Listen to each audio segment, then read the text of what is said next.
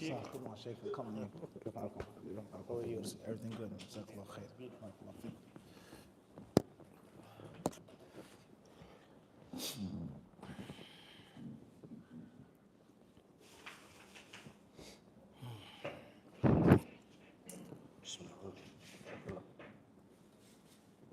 Bismillah, alhamdulillah, wa sallallahu ala nabi. Any questions from the brothers here? Fadal. Fadal, bismillah. So, in your opinion, why are some Muslims who are once diehard upon Salafiyah are starting to now view Salafiyah as a cult or a clique? Question says, in your opinion, why are some who are once diehard, I'm reading the question as the question came to me, diehard Salafis now leaving Salafiyah as being, or looking at it as being a cult? Well, obviously that's a long discussion. He's over here passing me Sharh Sunnah. So when we get him tomorrow, don't say, all right, be merciful. He's over there with Sharh Sunnah. I'll tell you. Okay, so why are some people looking at it as a cult, etc.? Well, it's a long discussion. To keep things brief and not to be too dramatic or philosophical, I mean, it's just basic stuff. You know, just because a person says something about himself doesn't mean that's what he is. I'm a tough guy. Doesn't mean that he's an actual tough guy. Some tough guys are tough and say that they're tough. And many, if not most, they claim to be tough, but in actuality, drugstore cotton. So at the end of the day, I left your group or your masjid or this and that, not because I'm against the values that are from Quran and Sunnah and the consensus, but you guys, to me, a person may say, you guys look or seem, or I know that you're fraudulent. So I don't have a problem with the theory, but you specifically. I still work out, but you eat cheeseburgers and bacon and stuff. You sleep all day. You get the point I'm trying to make? I'm not against the fitness, but I'm against your gang, methodin. Or some people, for one reason or another, they may leave off fitness and, being ripped into a beer belly for one reason or another. So it could be a personal issue, or it could be a matter of iman, or it could be, look, I'm not against this, but I'm against that. And we have to understand something, that every group has things going in its favor and things that are what? Against it.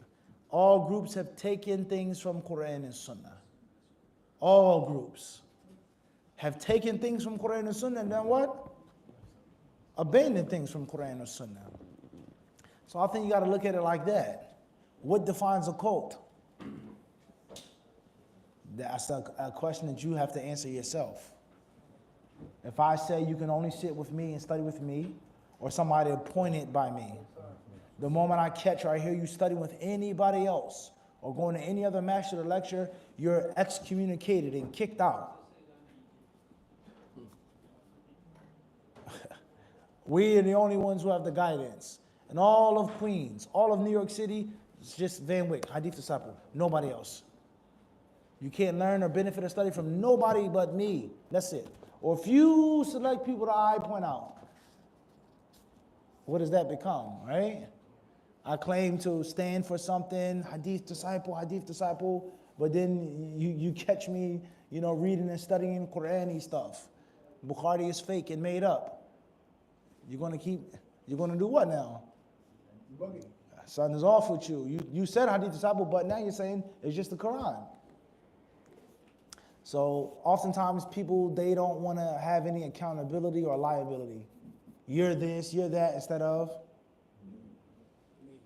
So it depends. There could be several factors. And as I said, it's a very long discussion, even with regards to that, and even with regards to that term, Salafiyah, that term. The way of the Salaf is no doubt, no discussion about that. There's no discussion about that. Quran and Sunnah, the understanding of the Salaf al-Salih, there's no discussion about that. But this specific movement or this one's revival or this one, that's maybe what?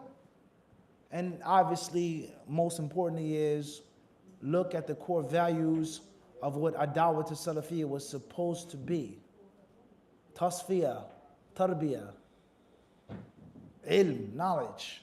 The founding fathers of the Salafi Dawah movement versus the people who came years later. What am I doing and saying and preaching and talking about? So that's a matter of that person's, I don't feel that this is true. Some people they stray, some people they do this, some people they find the correct stuff, but away from this, that depends, yani. What's important is anyone making dawah has to make sure that he has the best of behavior. Speaking to myself first and foremost, you can't get caught up in scandal. You can't get caught up with women. You can't get caught up with scandal over money. You can't have immature behavior, fighting and arguing all day like a little kid. You can't be an insecure, emotional wreck. You can't be jealous and envious and cowardly. These are all poisonous and ruinous to anyone giving da'wah. And the moment that people see these negative, dark elements within you, year after year, decade after decade, it's no surprise that they what? And they're going to call you what? What did the poet say? He said, they'll pull your card. They'll what? They'll pull your card. You are a gang. You are a clique. You're fraudulent. Quran, Sunnah, Hadith, Aqidah.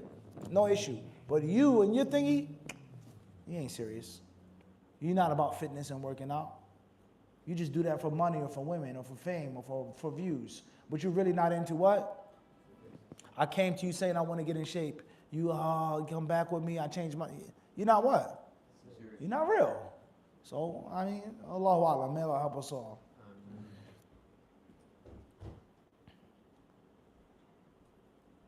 Fadl. Is the testimony of Jews accepted? Is it for like story? Is the testimony of the Jews accepted? That's what we were speaking on with regards to iqrar. They themselves made iqrar. Did someone catch them in the act of zina? Or did they testify against themselves versus them testifying against Muslims?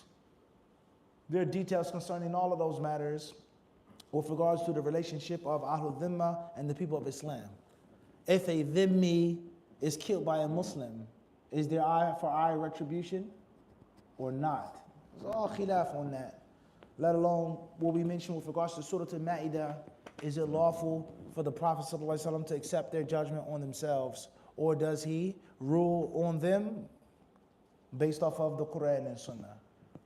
Clear? Wallahu ta'ala alam. And obviously, whether it was their iqrar, whether there was bayyina, what they said concerning zina was what? Was accepted, and they were what? They were stoned. Wallahu ta'ala alam. Fadl. Yes, if you miss witr, what is the best way to make it up, and can it be made up? And also, the strongest opinion on when does Isha go out? As far as missing witr, then inshallah ta'ala the witr can be made up. And if you normally make witr, then it should be made up. If you normally make witr and you became sick, you became extremely busy, something happened to you, then you what? You should make it up. When do you make it up? Obviously, you have from the night all the way up until before Fajr, for sure. For sure. Once the adhan of Fajr is made or the time comes in with the prayer schedule, can you make it up or do you wait until the time of Eid? That is a fork in the road. Many scholars, they say the safest thing to do is to make up the missed witr that you normally make. Shart. Min adatik. It's something that you normally do. I normally make the 4 before, the 2 after. I normally make the 2 after Maghrib. I normally make the 2 before Fajr. But it's something what? Happen. Not I just don't make them and I don't want to make them up. Fahimna? Min adatik. So at the end of the day, many scholars, they say the safest thing to do is to wait until the sun comes up, 15 to 20 minutes afterwards, the time of Eid, and make up the missed witr. And there's another fork in the road. Should you make it up? يَقْضِيهِ عَلَى هَيْئَتِهِ وَلَيَقْضِيهِ شَفْعًا كَالضُّحَى عَلَى قَوْلَيْنِ. Do you make it up as you normally would make it up at nighttime? Witr, 1, 3, 5, 7, out loud? 1 or taslima or not? Or do you add a rak'ah to it to make it even, like duha? So some scholars, they say, if you normally make 3 at night, you're going to make 4 with 2 taslimas. And some, they say, rather, bel, on the contrary, you are to make up the witr in its normal way as you would make it up at night. So there's room. Al-Muhim, there's what? There's room. That's more of the story, is that there's room. And if you, the hadith clearly states, Man hafadha ala thintay ashrata rak'atin. He who strictly guards 12 units of prayer. Key word is what? Hafadha. So if you miss it and you normally do it, then you should make it up. All right. When does Isha go out? That's a long discussion among the people of knowledge. I personally believe that Isha goes out when Fajr comes in. And there are preferred times for Salat al-Isha with regards to whether it's the half, Muntasif al-Layl, the Thuluth al-Layl. Al-Muhim, Isha goes out. Like for real, at the time when Fajr comes in. Wallahu ta'ala alam. That's in brief. Fadal.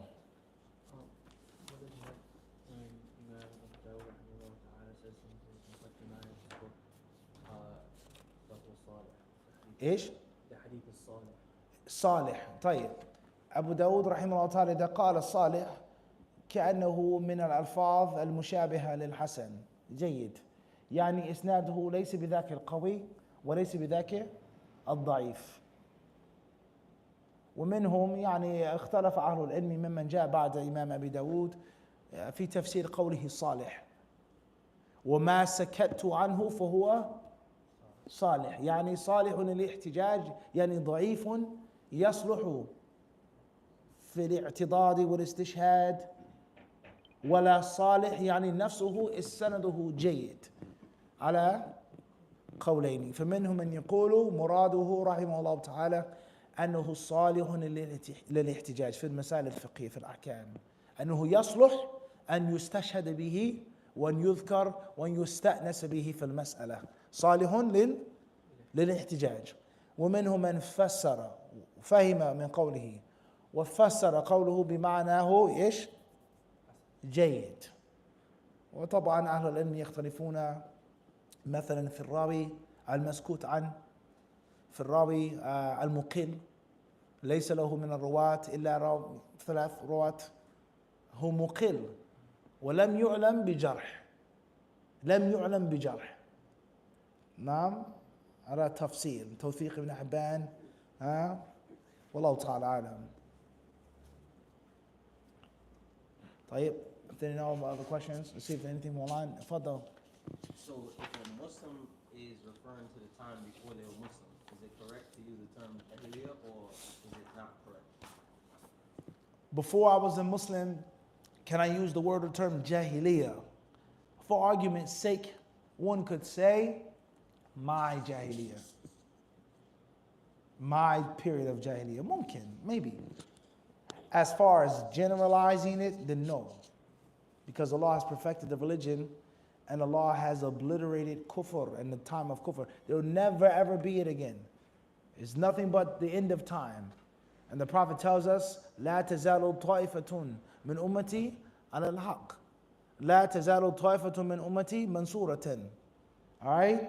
ظاهرين على الحق. يقاتلون على الحق حتى يقاتل آخرهم المسيح الدجال. So the Prophet tells us that there will always be one successful, triumphant party, no matter what, until the end of time. So there will never ever be total blackout. Period. There will never ever be a what? Total blackout. This city may lose power, but the people will never ever go to without not having electricity 100%. But I was living in a state of darkness. طيب. But Islam came and Jahiliyyah was what? Officially made extinct. So that can't be said. Wallahu ta'ala alam. Initials KT from Paris. Assalamu alaikum, Sheikh. Should the shape of the shoulder be concealed by a girl even when praise? Also, how do we deal with concealing it during winter if we wear a coat over our jilbab? Question is coming from Paris. Paris. The shape of a woman's shoulder. Does it have to be covered in the salah? What do we do in the wintertime when we wear jackets, etc.? Al-Muhim, the shape of the shoulder, no matter what you wear, to some extent is going to be seen. If you wear a khimar that drapes from your head all the way down, if you wear an abaya or overhead abaya, somehow, one way or another, is going to be somewhat, some form.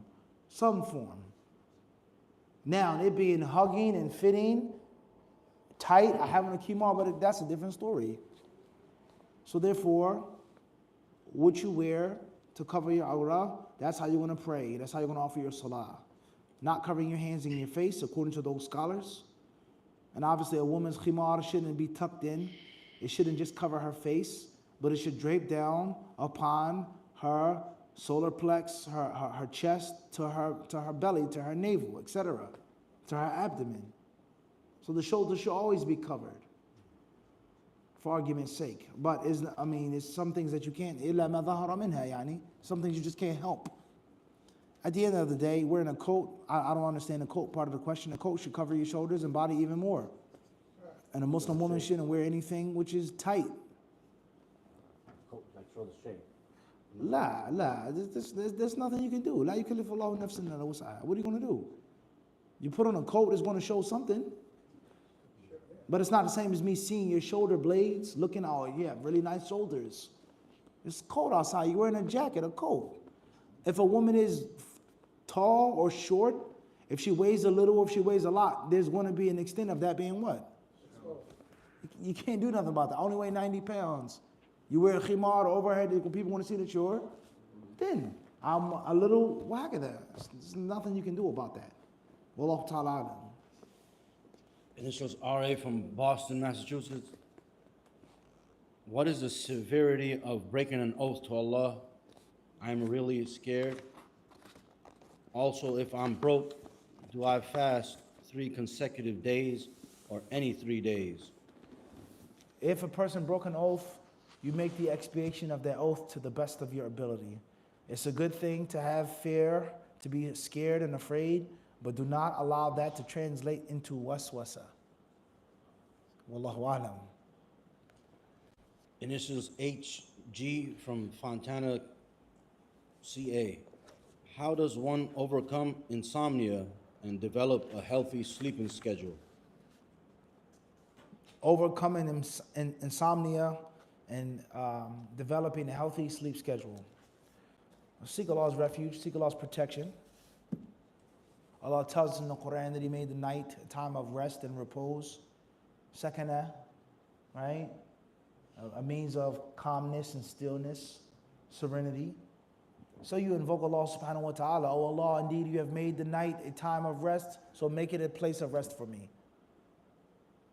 وَجَعَلْنَا نَوْمَكُمْ, right? Oh Allah, indeed you have made the night time a means of peace, so give me that peace. Make tawassul. You invoke Allah. So that's the spiritual aspect.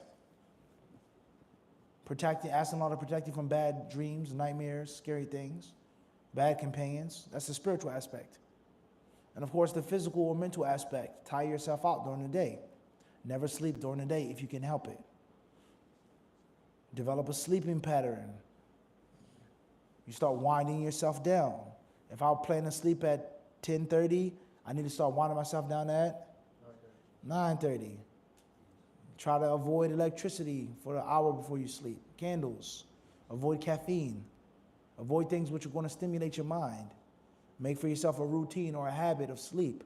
Your pajamas, where you sleep, how you sleep, the coolness. Do everything that you possibly can to wear yourself down. And most importantly, your body has to be worn down as much as your mind. Stressful things, you got to turn them off. And obviously the wise man, he stays up at night, stressing and worrying, and he wakes up in the morning with the what? Same problems. And he's exhausted. So these are different things. Of course, there are things you can take, different teas, chamomile, different herbal things you can what? You can take, all types of tea, moringa, different types of teas that you can take to what? To calm you down. What's important is avoid things which are unnatural. And that's a broad term. Electricity could be called what? Unnatural. Caffeine could be called unnatural. Mufti is herbal too, brother. Mint, peppermint. Wallahu ta'ala alam. Tayyib, commercial mint. When it says this is mint gum, mint toothpaste, mint chocolate chip, what are they talking about? Peppermint or spearmint? Spearmint. All of it? 100%? Or most? Sorry, next question. Initials KT from Paris. Assalamu alaikum, Abu Ramla. When should the niqab be instilled in a young girl? Before she reaches puberty or right after? Question is regarding niqab for a young girl. When should she start wearing it? She should start wearing it whenever she wants to. Whenever she wants to. She sees mommy wearing a niqab, even if she doesn't wear it every day, she wants to wear it today, playing around, joking, laughing. Bismillah. And she starts to grow and get a little older. No problem. Then she gets closer to puberty. She should wear it as like she would wear a khimar. You can't wear pants or dresses outside. You have to wear the paya every day now. It's a part of the hijab, yani. So if I have a license to carry, it shouldn't be looked at as something which is, frivolous or superfluous. It's what? It's like my what? In my belt, my house keys. I never leave what? Home without it. There's no such thing as I left it at home. There's no such thing. And that's because my weapon, my means of protection is what? It's nothing what? Now, obviously, it's not the same as wearing a thobe. I'm not saying that brothers have to wear thobes. We never ever said that. But for argument's sake, people that ask me, Mufti, how do you do it? You travel with a thobe, you have kids, you do this, blah, blah, blah, blah, blah, blah, blah, blah, blah. Non-Muslims, they ask me that. Wallahi, how are your clothes so clean? I swear, a lot of you not on an airplane. Non-Muslim will walk up to you, you look very nice. In JFK, the lady, she said to me, I went through the metal detector thing. She cleared the thing, and she said, you look nice. Thank you very much. Keep it moving. Nothing extra, no funny business, inshallah. The moral of the story is, non-Muslims compliment you on how you dress. And once a non-Muslim more than once asked me, how do you keep your clothes so clean? Right?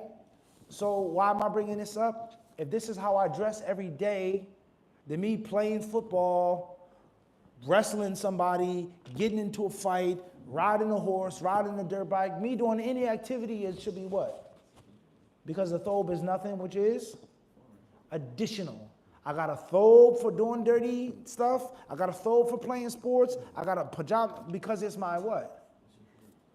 So if that's how you're going to dress, then it should be incorporated whenever you are getting dressed. That's how the niqab should be for the little girl whose mother wants her to wear a niqab. This is your hijab. It's not nothing extra. And if the girl is okay with that, and that's what she wants to do, why hold her what? Why hold her back? Parenting in Islam and life, but we're talking about us Muslims from the Islamic perspective, it has its challenges, yes. But if you really sit down and think about it, oftentimes parenting is extremely simple. All you gotta do is just do the right thing in front of your kids. You're the first influencer of your children. And in most cases, what they see you doing is what they're going to do. Your children are going to idolize you, whether you realize it or not. Whether you realize, oh, my son is not listening, but deep down inside, he's what?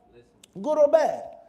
So therefore, if the little girl wants to do that, she's okay with that, why not? Who cares what kuffar say? And quite frankly, who cares what other Muslims may say? Oh, she's too young to wear this. She should. Says who? Why? Bad habits are picked up from early, and they're very hard to break. Wallahu ta'ala alam. Initials R.A. Sorry, not R.A. Initials HG from Fontana, California. If a person memorizes the Quran but forgets it, will they have the rank of Hafiz in the afterlife? You memorized the Quran and you forgot it. Will you have the rank of Hafiz? Everyone is going to forget something. But if you systematically neglect and abandon the Quran, that's a different story. Wallahu ta'ala alam. Initials KT from Paris. Sheikh, how tall should the sutra be? How tall should the sutra be? As tall as you can. The taller the better. The sutra is based off of a minimum and not a maximum. Length and width. It can be as thin as a spear, a staff, a stick, and as tall as you want it to be. It could be a wall, an entire what? An entire wall. But it shouldn't be beneath the minimum. So as a minimum, one's forearm from my elbow to the wrist or even to the fingertips. As a what? As a minimum. It shouldn't be. The only thing I have is this cup. Different story, maybe. Those who say that you should draw a line, you can't do it, even in the carpet, you may be able to do it. Put your keys or your bag in front, etc. That's, but the sutra shouldn't have a maximum of height or width. Minimum is what we're dealing with. Wallahu ta'ala alam. Initials AB from Cairo, Egypt. We have a playlist on the channel on the ahkam of sutra. Please check it out. An entire playlist, I think it's maybe 3 or 4 videos, in which we discuss the rulings of the sutra in detail. It was years ago. Check out the library. It's there. Initials AB from Cairo, Egypt. Assalamu alaikum wa rahmatullah. When on a plane, do you pray according to the time zone you're in or the time zone you come from? When you're on a plane, you pray according to the time zone in which you are, if it's different from the time zone of your original, your origin. So that requires from the Muslim to do a little bit of homework. I'm traveling to Paris, Charles de Gaulle, leaving from JFK. How long is the flight? 7 hours, 6.5. What salah is going to be in? And 3 hours, what time do they pray here? Fajr in France. At nighttime, where am I going to be in 4 hours? So on and so forth. You got to do a little bit of what? Research. Ahead of time, and then you'll be able to gauge it when you're in the air. And you're going to base it off of where you are, not where you came from. Unless you're in a place in which the time is unknown. Wallahu ta'ala alam. The island of Sakhalin, Ahmed, is where?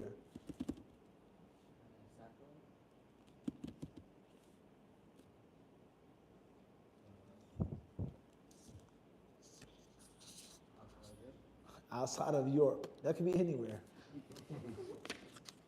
You got to guess. Fadda Nafis. Initials JN from Aarhus, Denmark. Assalamu alaikum, Sheikh. May Allah bless you. Is it correct that all humans were gathered as souls before birth and decided to become humans or angels? Is it true that all humans were gathered before birth and given the choice or the option to be angels or humans? I don't know about that. I've never heard anything about that. I can't say that. Wallahu alam. Initials AS from Queens, New York. My older brother had kidnapped me and robbed me for my drug money to teach me a lesson. Looking back, I appreciate everything he done and forgive him. He said he'll spend the money better. He used the wealth in good, took some for himself, took care of our parents, and I heard he helped many Muslims in our community. Is that wealth halal for my brother, and will his charity be accepted? This will be our last question tonight, coming from Queens. Queens get the money, huh? Yeah. Brooklyn keep on what? Tell you, I'm with him. My brother extorted me. Extortion, huh? Tell you, they kidnapped you, took your drug money, and then spent it, so on and so forth. All right, so let's get something straight right now, all jokes aside. Abdul, the fascination with the medieval times. To this very day, many things we do are based off of medieval times. And people have a major fascination with the medieval times. Foods, drinks, clothes, cartoons, movies, romance. There's no doubt about that. And from that lore is Robin Hood. He who steals from the rich and the greedy, sheriff of Nottingham, right? And does what? Gives to the poor. That's always been romantic to the people. And we see that even in the what? In the question. At the end of the day, if your brother kidnapped you, he took all your work, he said kidnap their work, make them move out, right? The poet said that, right or wrong? It's clear.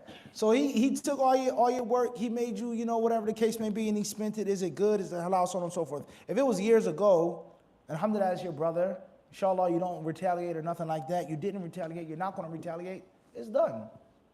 It matters not whether the wealth was halal or haram. He took it from you. That's between him and Allah right now. Have you forgiven him for that? Whether he was right or wrong, did you forgive him? You're a human being.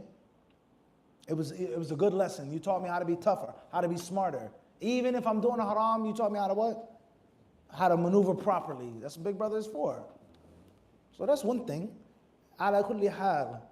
Wealth that is illegal and illicit, taken in an illegal and an illicit manner, is going to remain illegal and illicit.